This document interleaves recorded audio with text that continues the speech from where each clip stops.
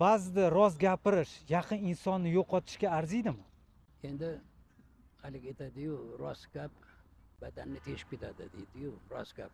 Agar o'sha noto'g'ri bo'lsa, o'shani tushuntira bilib, endi hech kim yaqin do'stimdan ajrashib kelmaydi. O'sha balki o'sha xatolarni birga yechib olish mumkin yoki bir maslahat berish mumkin. Birdaniga sen undoq eding, bundoq eding deb bo'lmaydi-da. Unga ham tegib ketadi, o'zi aytganiga ham pushaymon yeydi. Undan ko'ra o'sha narsani hal qilib ikkalovi yechimga chiqarib yuborsa, ikkala do'st yana qalinlashib ketadi. Yechimni bilib anaqa qilsa yaxshi bo'ladi. O'zdan o'zi u olov bo'lsa, bu olov bo'lsa, u bo'lmaydi.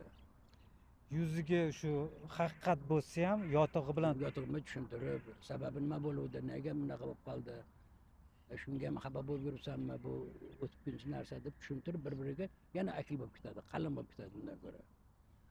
Boshqacha do'q bo'lib qolsa, yuz ko'rmas bo'lib qoladi. bir kalla yaxshi. Ikkala undan yaxshi.